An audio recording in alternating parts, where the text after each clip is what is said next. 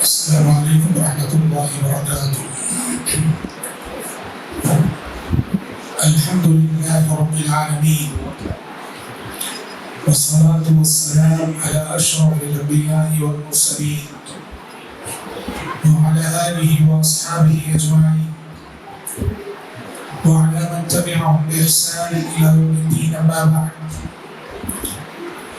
أعوذ بالله السميع العليم من الشيطان الرجيم من همزه ونفخه ونفسه.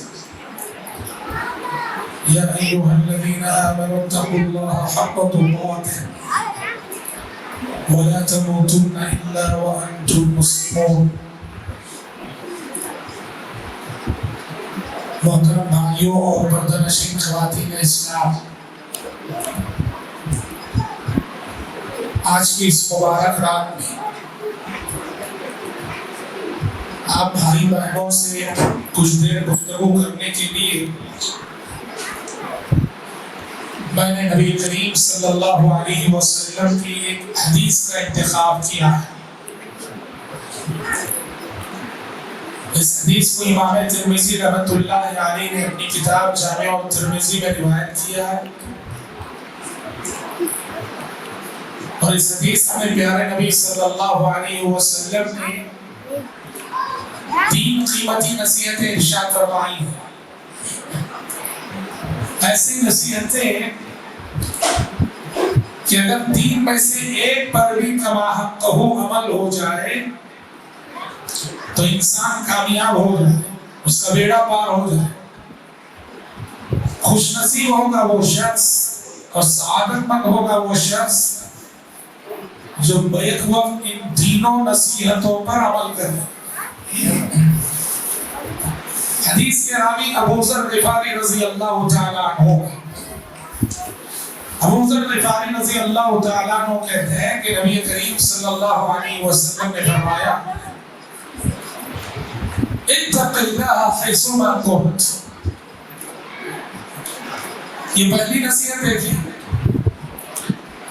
آپ نے کہا کہ جہاں کہیں رہو اللہ سے ڈرتے رہو، اللہ کے تقوی کو تھامے رہو۔ پہلی نصیحت تقوی کی فرمائی آپ نے، اللہ سے ڈرتے رہو، اور شرط کیا؟ جہاں بھی رہو ڈرتے رہو۔ ہمارا تقوی کیا ہے؟ ہمارا تقوی زمانی ہوتا ہے یا مکانی ہوتا ہے؟ زمانی مکانی تقوی کا مطلب کیا ہے؟ میں مسجد میں ہوں، یہ مکانی تقوی، وہ تقوی جو مکان اور جگہ سے متعلق ہے۔ مسجد میں ہوں، صف اول کا نمازی بنے، صف اول میں ہی نہیں چھوٹتی، بہت اچھی بات، لیکن میں جو صف اول کا نمازی ہوں مسجد میں، میرے بارے میں جا کے مارکیٹ میں پوچھو، بولتے 1 نمبر کا دھوکے باز انسان، 1 نمبر کا جھوٹا انسان، کیا تضاد نہیں؟ مسجد میں صف اول کا نمازی اور مارکیٹ میں نمبر 1 دھوکے باز، یہ دین کے ساتھ کتنا بڑا کھلواڑ ہے، یہ شریعت کے ساتھ کتنا بڑا کھلواڑ ہے، سمجھ رہے؟ ویسے یہ زمانی تقوی، یہ تو مکانی تقوی کی بات ہوئی، زمانی تقوی کیا ہے؟ وہ تقوی جو مخصوص زمانے میں ہوتا ہے۔ رمضان ماشاءاللہ مسجدیں آباد ہو گئی رمضان آنے کے ساتھ ہی، نمازوں کے پابند ہو گئے نوجوان رمضان آنے کے ساتھ ہی، گانے سننا چھوڑ دیے رمضان آنے کے ساتھ ہی، لڑکیوں کا پیچھا کرنا چھوڑ دیے رمضان، چونکہ رمضان ہے، اور رمضان جیسے ہی رخصت ہوا شوال کا چاند دکھتے ہی ہمارا تقوی بھی ویسے ہی رخصت ہو جاتا، گانے سننا شروع، مسجد سے بے توجہی، وہی سب جو رفتار بے ڈھنگی جو پہلے تھی سو ابھی رمضان سے پہلے جو بےہودگیاں ہمارے اندر تھی، شوال کا چاند دیکھتے وہ سب لوٹ کے آ جاتی۔ اس کو تقوی نہیں کہتے۔ جو کسی جگہ ہو کسی جگہ نہ ہو، کسی زمانے میں ہو کسی زمانے میں نہ ہو، تقوی کسے کہتے ہیں؟ اللہ کا وہ ڈر، اللہ کا وہ خوف جو ہر جگہ ہر وقت ہر زمانے میں پایا جائے۔ مسجد میں بھی متقی ہیں آپ، مارکیٹ میں بھی متقی ہیں آپ، گھر میں بھی متقی ہیں آپ، دکان میں بھی متقی ہیں آپ، رمضان میں بھی متقی ہیں آپ، رجب میں بھی متقی ہیں آپ۔ اس کو کہتے ہیں تقوی۔ اتق اللہ حیث ما کنت، جہاں کہیں رہو اللہ سے ڈرتے رہو۔ تقوی کیا چیز ہے؟ آپ نے سنا ہوگا، ایک اچھی سی سادی سی مثال کے ذریعے ابی بن کعب رضی اللہ عنہ نے سمجھایا۔ حضرت عمر نے ابی بن کعب سے پوچھا، ابی بتاؤ تقوی کسے کہتے ہیں؟ ابی بتاؤ تقوی کسے کہتے ہیں؟ ابی بن کعب حضرت عمر سے چھوٹے، علم میں فضل میں سب میں حضرت عمر ابی بن کعب سے بہت اونچے۔ جو بڑا عالم ہے وہ اپنے سے چھوٹے سے پوچھ رہا ہے، بتاؤ تقوی کسے کہتے ہیں؟ علم والے کی پہچان ہوتی ہے یہ، اس کے اندر عاجزی ہوتی ہے۔ میں سمجھوں میں بہت بڑا علامہ بن گیا، اپنے سے چھوٹے مجھے دکھتے ہی نہیں، یہ علم نہیں، یہ ابلیس کی میراث ہے۔ یہ علم انسان کو عاجزی سکھاتا ہے۔ علم والا اپنے سے بڑوں سے بھی سیکھتا ہے، اپنے سے چھوٹوں سے بھی سیکھنے کا حوصلہ رکھتا ہے۔ ابی بن کعب علم والے صحابی، یہ اور بات ہے ان کا علم حضرت عمر کے برابر تو نہیں، حضرت عمر کا علم تو اللہ پر، لیکن چونکہ حضرت عمر جانتے تھے کہ ابی بن کعب کے علم کی گواہی پیارے نبی دے کر ہے۔ کب دیے؟ ایک مرتبہ پوچھے پیارے نبی ابی بن کعب سے، ابی بتا سکتے ہو کہ قرآن مجید کی سب سے عظیم سورت کون سی ہے؟ آیت، قرآن مجید کی سب سے عظیم اور فضیلت والی آیت کون سی؟ بتا سکتے ہو ابی بن کعب؟ سوال پیارے نبی، اور یہ کوئی آسان سوال نہیں۔ قرآن مجید میں 6000 سے زیادہ آیتیں ہیں، 6000 سے زائد آیتوں میں ایک آیت کا سلیکشن کر کے بتانا ہے کہ یہ سب سے افضل آیت ہے۔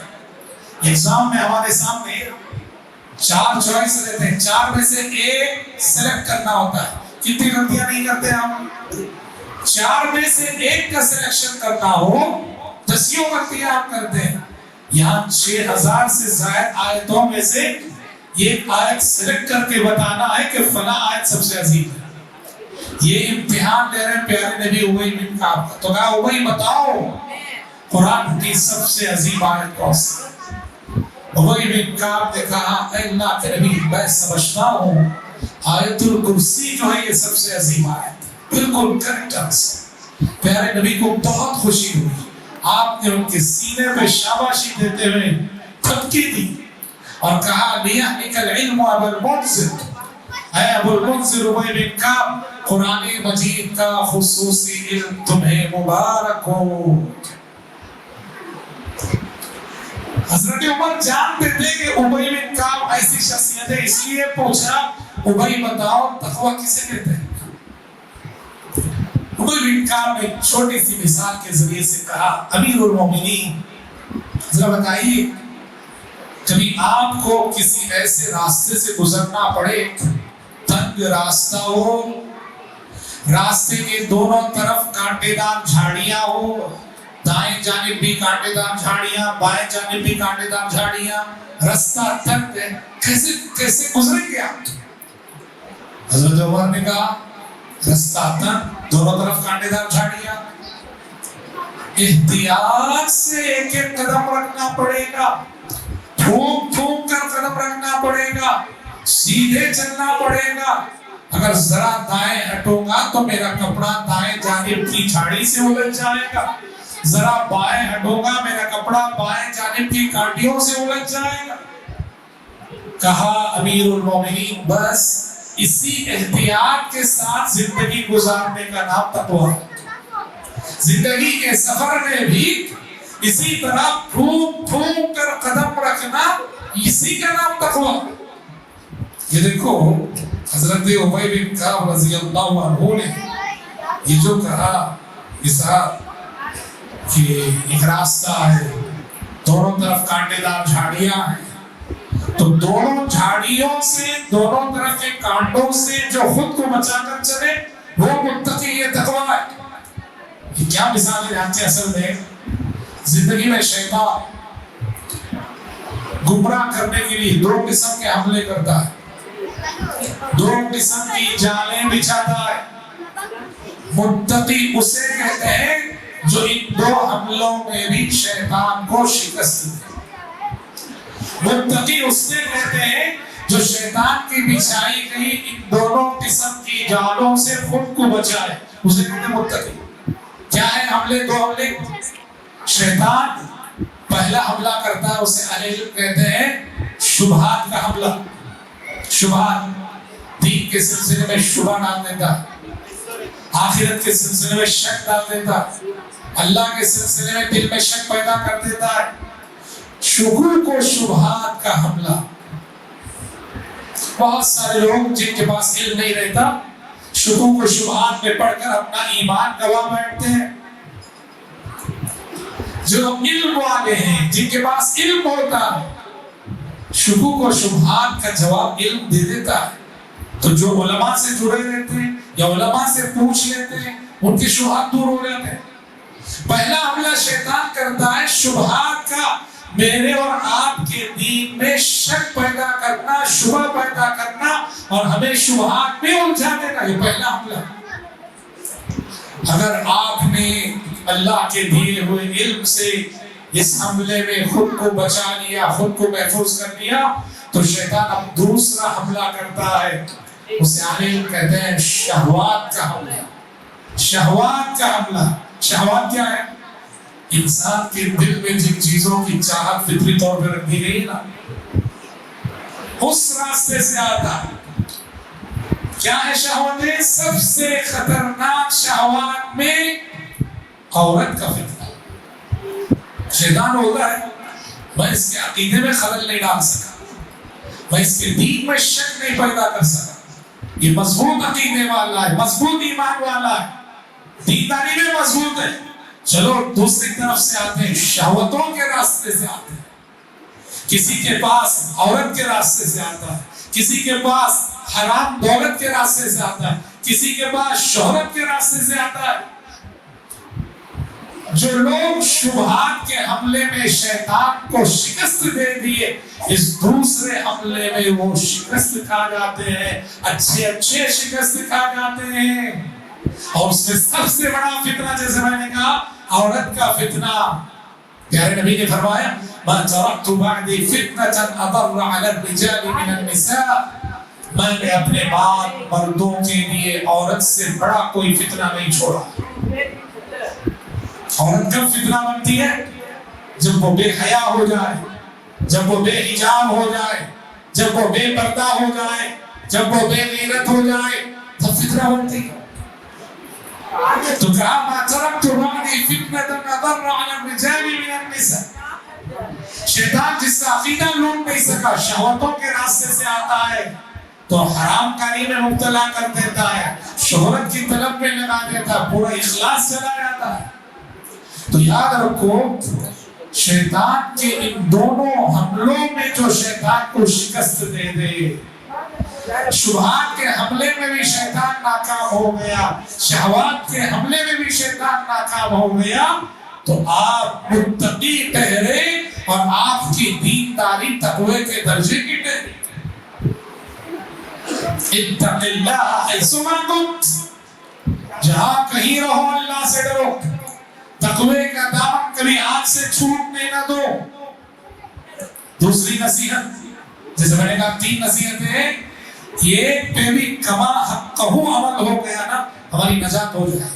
اور خوش نصیب ہے وہ لوگ جو تینوں نصیحتوں پہ عمل کرتے ہیں۔ دوسری نصیحت کہا اتبع السیئۃ الحسنۃ تمحها، کہا جب بھی گناہ ہو جائے برائی ہو جائے، گناہ کے فوراً بعد نیکی کر لو کہ یہ نیکی اس گناہ کو مٹا دے گی۔ اللہ کے بس قانون کیا ہے؟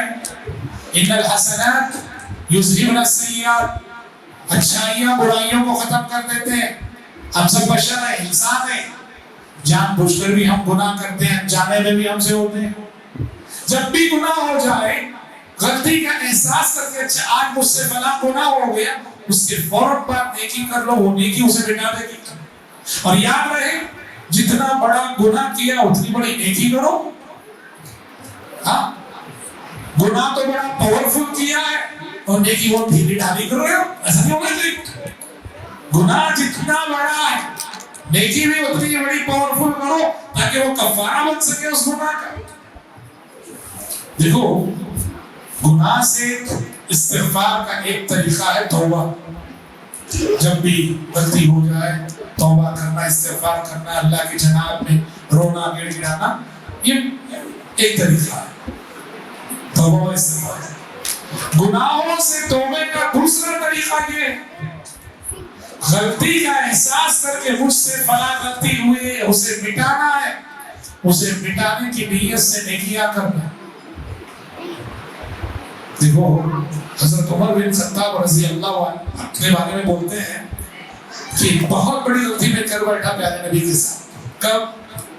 حدیبیہ کے سفر میں پیارے نبی خواب دیکھے عمرہ کر رہے ہیں، 1400 صحابہ کو لے کے نکلے احرام باندھ کے، مشرکین نے راستہ روک دیا، کہا کہ نہیں جا سکتے، اس سال عمرہ نہیں کر سکتے۔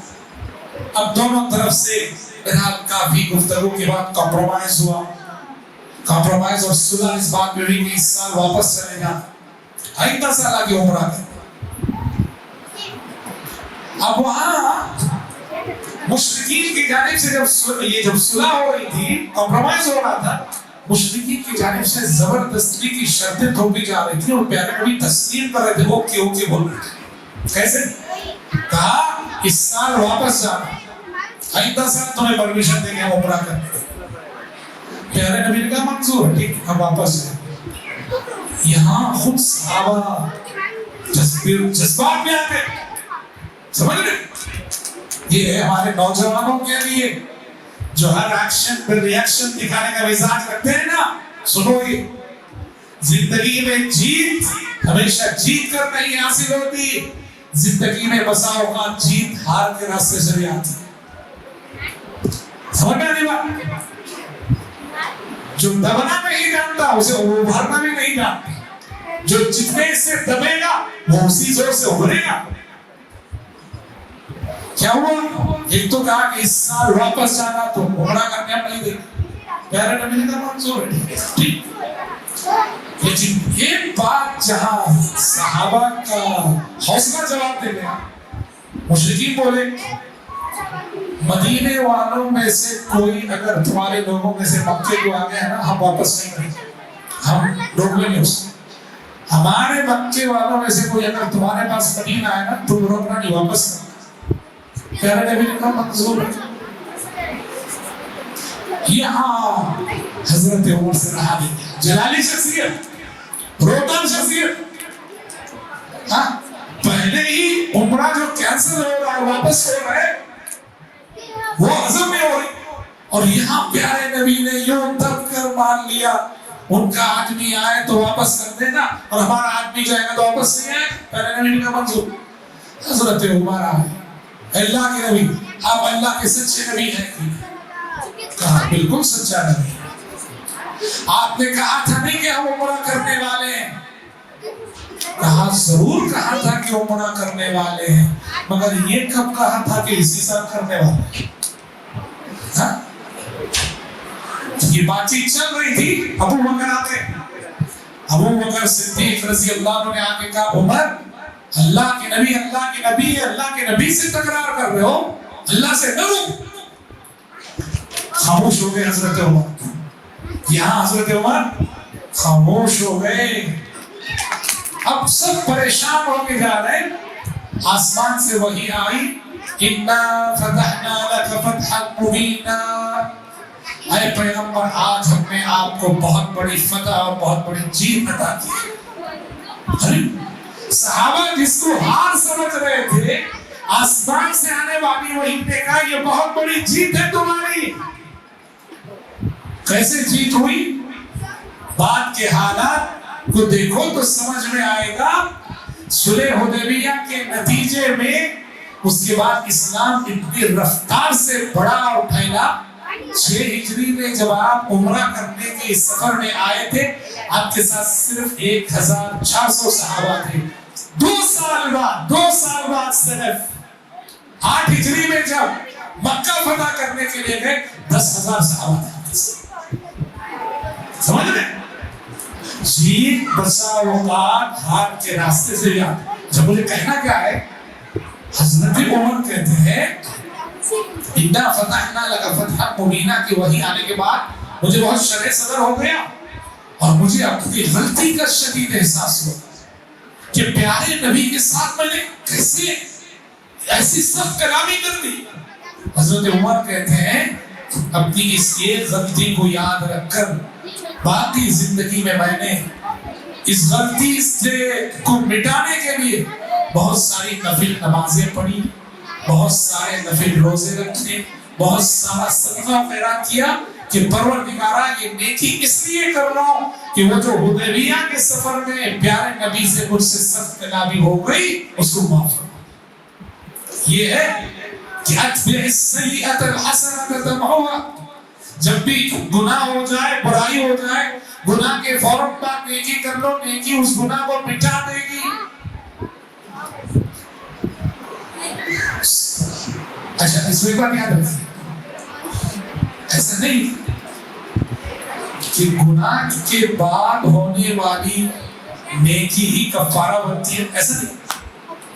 فرض کرو آپ پہلے کچھ بڑی نیکی کرتے ہیں، گناہ بعد میں کرے، پہلے کی ہوئی نیکی بھی کفارہ بنتی ہے. گناہ کے بعد نیکی کا ہونا ہی ضروری نہیں کفارہ بننے کے لیے. صحیح مسلم میں اس کی مثال ہے، کیا ہے؟ حضرت طفیل بن عمر دوسی رضی اللہ عنہ اور ان کے دوست، یہ دونوں ہجرت کر کے مدینہ آئے. مدینہ آنے کے بعد مدینے کی آب و ہوا، مدینے کا کلائمیٹ جو ہے راس نہیں آتا. کسے؟ حضرت طفیل بن عمر دوسی کے دوست کو. بیمار ہوئے، تکلیف بڑھتی گئی، بے چینی بڑھتی گئی، قینچی یا چھری نما کوئی چیز تھی، بے چینی میں کیا کیے، صبر جواب دے گیا، اپنی انگلیاں کاٹ لی انہوں نے، خون بہ بہ کر انتقال کر گئے. کیا ہو گیا؟ سوسائڈ، خودکشی. حضرت طفیل بہت، اور آپ کو معلوم ہے خودکشی کتنا بڑا گناہ. پیارے نے بخاری کی حدیث ہے جب ایک بندے نے خودکشی کی تو اللہ نے کہا بادرنی عبدی بنفسی حرمت علیہ الجنہ. بندے نے میری طرف آنے میں ازمل جلدی کر لی، میں نے اس پہ جنت حرام کر دی ہے. خودکشی کے بارے میں، سوسائڈ کے بارے میں بہت سخت وعیدیں آئی ہیں. اب وہی غلطی کر بیٹھے طفیل بن عمر دوسی کے ساتھی، انگلیاں کاٹ لی، خون بہا، انتقال کر گئے. حضرت طفیل بن عمر دوسی رضی اللہ عنہ بہت دکھی ہوئے، بہت غمزدہ ہوئے، بہت جگری دوست تھے ان کے.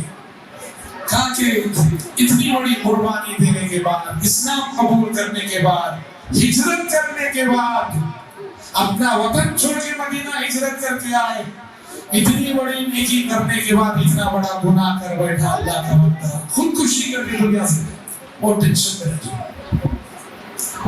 دیکھو مومن جب ٹینشن میں رہتا ہے نا تو رب العزت کبھی مومن کو اچھے اور سچے خوابوں کے ذریعے تسلی دیتا ہے. معلوم آپ کو ایسے خواب اللہ دکھاتا ہے کہ مومن کو تسلی میں سکون. تو حضرت طفیل جو ٹینشن میں تھے انہوں نے خواب دیکھا.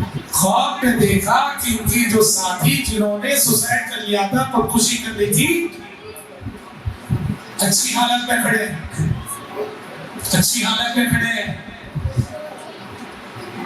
بس یہ جو انگلیاں جو کاٹ لی تھی تو اس کو ڈھکے ہوئے کسی چیز سے.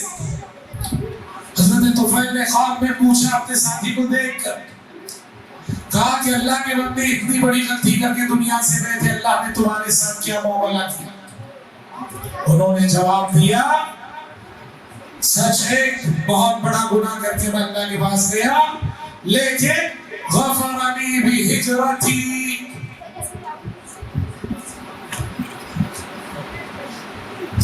غفر لی بہجرتی, میرے نامہ اعمال میں ہجرت کی جو نیکی تھی, ہجرت کی نیکی کے بدلے اللہ نے میرے گناہ معاف کیا.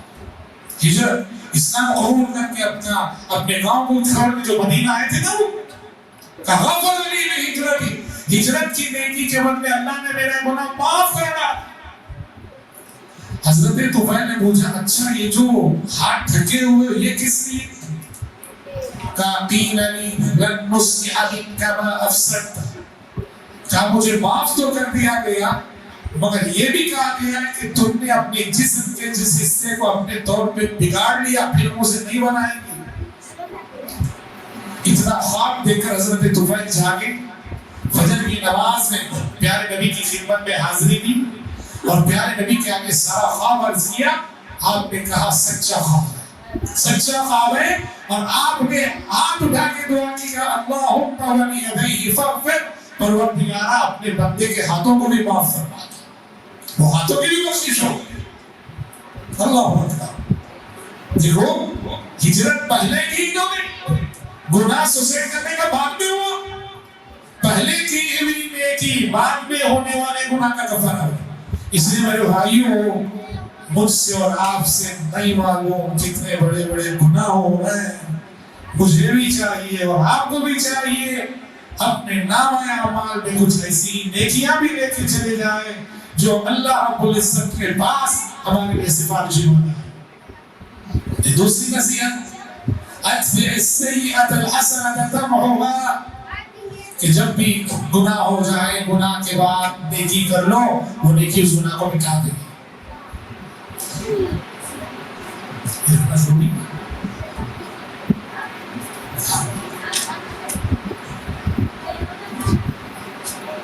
تیسری نصیحت,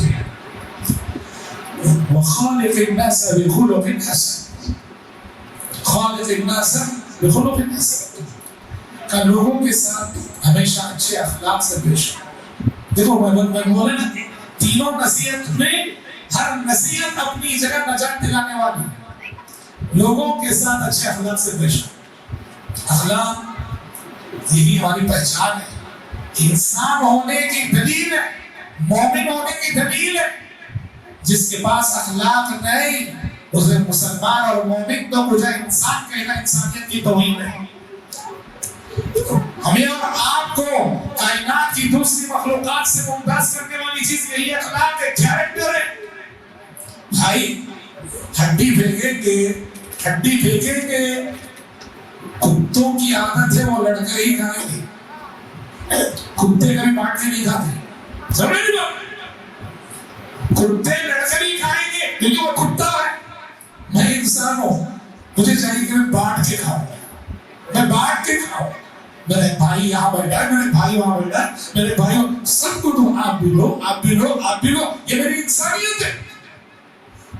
میں کتوں سے یہ امید نہیں رکھ سکتا کہ وہ بانٹ کے کھائیں گے. سمجھ میں نہیں بات. اخلاق انسان ہونے کی پہچان ہے, مومن ہونے کی دلیل ہے. پیارے نبی نے پورے دین کو کہ خلاصے کے طور پر اخلاق کو کہا. دین کا نچوڑ اخلاق ہے. انما بعثت لاتمم مکارم الاخلاق, دنیا میں بھیجا ہی اس لیے گیا ہوں کہ اخلاق کی وہ تعلیمات جو مجھ سے پہلے گزرے پیغمبروں نے دی, ان تعلیمات کی تکمیل اور ان تعلیمات کو مکمل کرنے کے لیے اللہ نے مجھے بھیجا. اور یاد رکھو کہ ابتدائی صدیوں میں جس چیز نے مسلم قوم کو انقلابی قوم بنایا وہ ہاتھوں میں موجود تلوار اور ہتھیار نہیں. مسلم قوم کو انقلابی قوم بنانے والی چیز مسلمانوں کا اخلاق, مسلمانوں کا کیریکٹر, ہتھیار مخالفین کے پاس ہم سے زیادہ تھے، ہم سے اچھے تھے، لیکن جو چیز ان کے پاس نہیں تھی، جہاں کہ وہ ہارتے تھے، وہ کیا ہے؟ وَإِنَّكَ لَعَلَىٰ خُلُقٍ عَظِيمٍ۔ اے پیغمبر، آپ اخلاق کے اس عظیم رتبے پہ فائز ہیں کہ پورا معاشرہ اس کا تصور بھی نہیں کر سکتا ہے۔ بھائی اخلاق بہت بڑی چیز، بڑوں کے ساتھ کیسے پیش آنا، چھوٹوں کے ساتھ کیسی شفقت کرنا، ماں باپ کے ساتھ کیسی گفتگو کرنا، سامنے والے کو کیسے ریسپیکٹ دینا، سامنے والے کو کیسے ریسپانس دینا، سمجھ رہے؟ اور خاص کر اخلاق کا سب سے زیادہ اظہار جو ہوتا ہے وہ زبان سے، ہماری بات کیسی ہے، ہم کیسے بولتے ہیں، ہم کیسے گفتگو کرتے ہیں۔ جی جب بھی بولیں تو بالکل کیا ہمیں جیسے مارکیٹ کی لینگویج ہوتی ہے، گھر میں بھی مارکیٹ کی لینگویج، ماں باپ کے ساتھ بھی مارکیٹ کی لینگویج۔ زبان بہت بڑی چیز ہے، زبان سے یہ پتہ چلتا ہے کہ ہم اخلاق میں کہاں کھڑے ہیں۔ محبت کی گفتگو، نرم لہجے میں بولنا، سامنے والے کو رسپانس کرنے، وہ چھوٹی چھوٹی بات ہے۔ حدیثوں میں آتا ہے جب بھی پیارے نبی سے کوئی مصافحہ کرتا، وہ خود جب تک اپنا ہاتھ کھینچ نہ لے پیارے نبی نہ چھوڑے۔ چھوٹی سی بات مگر کتنا بڑا پیغام رکھتی ہے، چھوٹی سی حرکت کتنی محبت ہے اس میں، سمجھ میں نہیں بات؟ کوئی بھی بات کرتا پیارے نبی سے اتنی توجہ سے سنتے، اس کو لگتا ہے شاید پیارے نبی نے سب سے زیادہ توجہ مجھے ہی دی میری بات۔ زبان کی گفتگو بھائی، بات بات پہ چڑنا، غصہ کرنا، ڈانٹنا، ہمیشہ رف لینگویج نہیں، غلط ہے۔ پیارے نبی صلی اللہ علیہ وسلم کے پاس ایک شخص آیا، گھر پہ گیا، دروازے پہ دستک دے کے کہا کہ میں آنا چاہتا ہوں۔ پیارے نبی کو بتایا گیا کہ نبی دروازے پہ وہ فلاں شخص ہے، وہ آنا چاہتا ہے۔ ہمیں کہا وہ آدمی، ہمیں کہا بے ساخو رشیدہ، ہمیں کہا یہ تو مدینے کا سب سے بڑا انسان ہے، کوئی منافق۔ لیکن پیارے نبی کی عادت تھی آپ کسی آنے والے کو روکتے تھے۔ آیا وہ شخص، پیارے نبی نے اس کے ساتھ اتنی اچھی گفتگو کی، اتنی میٹھی گفتگو کی، ام المومنین عائشہ صدیقہ رضی اللہ عنہا حیران پریشان ہو کے سن رہی ہے۔ کئی دروازے میں تھا تو پیارے نبی بولے یہ مدینے کا سب سے بڑا انسان ہے، اور گفتگو اور بات چیت اتنی اچھی کر رہے۔ جب وہ بات چیت کر کے چلا گیا، ام المومنین پوچھ بیٹھی، اللہ کے نبی جب وہ دروازے پہ تھا تو آپ نے کہا کہ یہ مدینے کا سب سے بڑا انسان، گفتگو اتنی میٹھی آپ نے اس سے کی، تو پیارے نبی نے کیا جواب دیا جانتے ہیں؟ وَمَتَى وَجَدْتِنِي فَاحِشًا يَا عَائِشَةُ، آگے عائشہ زندگی میں تم نے مجھے کب اور کس کے ساتھ بدزبانی کرتے ہوئے پایا؟ بتاؤ کہ اس کے ساتھ بدزبانی کرتے، کبھی تم نے مجھے دیکھا زندگی میں کسی کے ساتھ غلط لینگویج یوز کرتے ہوئے، سخت لینگویج یوز کرتے ہوئے؟ پوری زندگی نہیں، پھر کیوں اس کے ساتھ؟ یہ سمجھنے کی بات ہے، جس شخص کے بارے میں نبی کا تاثر یہ ہے کہ یہ سب سے بڑا انسان ہے اور اس سے گفتگو اتنی میٹھی، یہ سیکھنے کی ضرورت ہے۔ یہ بھی سب سے عظیم سنتیں ہیں۔ صرف آمین اور رفع الیدین کی سنت ہمیں اہل حدیث نہیں بناتی، یہ عظیم سنتیں ہیں پیارے نبی کی۔ زبان کا ادب، گفتگو کا ادب، تو جیسے محترم بھائیوں گفتگو کو زیادہ طول نہیں دوں گا میں نے کہا نا یہ تین قیمتی نصیحت ہے، ایک پہ بھی کبا ہم کو عمل ہو گئے بیٹا بات، خوش نصیب ہے وہ لوگ جو ان میں سے دو نصیحتوں پہ عمل کر رہے ہیں، بہت ہی سعادت مند ہے وہ لوگ جو ان میں سے تین نصیحتوں پر بھی عمل کرتے ہیں، کرنے کا جذبہ رکھتے ہیں۔ بہت خوشی کی بات ہے الحمدللہ یہاں مسجد نور العمور چھوٹی سی مسجد تھی، آج یہ بارآمد مسجد، یہ وسیع اور اس مسجد دیکھ کر طبیعت پاک پاک ہو گئی۔ الحمدللہ ثم الحمدللہ، بنانے والے اللہ کے بندوں نے مسجد بنا دی۔ میں آپ کے اور سب سے بڑی بات، سب نوجوان، اللہ اکبر، نوجوان سرمایہ، یہ قوم سرمایہ، خوش نصیب ہوتی ہے وہ جماعت جس جماعت میں نوجوانوں کی کثرت ہوتی ہے۔ میں دیکھ رہا ہوں سب نوجوان، بزرگ کہاں چلے گئے، اللہ اکبر۔ تو یہ خوش نصیب جماعت ہے، یہ اس مسجد کو آباد رکھنا، آباد رکھنا، اور بغیر الجھنوں، پریشانیوں، ٹینشنوں کے، اتحاد کے ساتھ، اتفاق کے ساتھ لے کے آگے بڑھنا۔ آپ میں سے ہر شخص یہ سوچے کہ یہ میری ذمہ داری ہے، میری وجہ سے کہیں پھوٹ نہ پڑے، میری وجہ سے کہیں اختلاف نہ آئے۔ ہم میں سے ہر شخص سوچے، آپ سوچے۔ اللہ کے بندے جنہوں نے بنایا، بھائی پھر مجھے بتا رہے تھے، جب بھی وہ یہاں آتے ہیں یہ دعا ان کی زبانی نکلتی ہے کہ اللہ جوان کو متحد رکھے، یہ طرف ہے۔ الحمدللہ آپ کے پاس علماء ہیں، اور علماء کی نگرانی میں، سرپرستی میں الحمدللہ سب ایک ہو جائے گا۔ مسئلے ہر جگہ پیدا ہوتے ہیں، لیکن اچھی قیادت ہو، اچھی لیڈرشپ ہو تو کوئی مسئلہ، جو کوئی بات بڑا مسئلہ نہیں بنتی۔ ایسا نہیں کہ مسئلے نہیں پیدا ہوتے، جہاں چار ذہن ہوتے ہیں مسائل آتے ہی ہیں، لیکن مسئلہ پیدا ہونا بڑی بات نہیں، مسئلے کو حل کر لینا، مسئلے کو حل کرنے کا سلیقہ رکھنا، یہ بہت بڑی بات ہے، سمجھ رہے ہیں؟ اور آخری بات جسے بتا کر میں اپنی گفتگو ختم کرتا ہوں کہ ہم لوگوں کا معمول ہو گیا ہے تقریروں کو تقریروں میں گزارنے کا، سمجھ رہے بات؟ ہاں، یہ زیادہ اچھی بات نہیں، بہت زیادہ اچھی بات نہیں، سمجھ رہے بات؟ رات تقریرات ایسی گزرنی چاہیے کہ اکثر حصہ عبادت میں گزرے، اکثر حصہ اکا دکا تقریریں رکھ لیجیے، ٹھیک ہے، صحیح ہے۔ میں یہ آپ کے لیے نہیں کہہ رہا ہوں، عام طور پر ہماری حدیث مساجد میں جہاں پانچوں راتیں جاگی جاتی ہے، زبردستی لوگوں کو جگانے کے لیے 10 بجے سے لے کر 1:30-2 بجے تک تقریروں کا سلسلہ چلتا ہے۔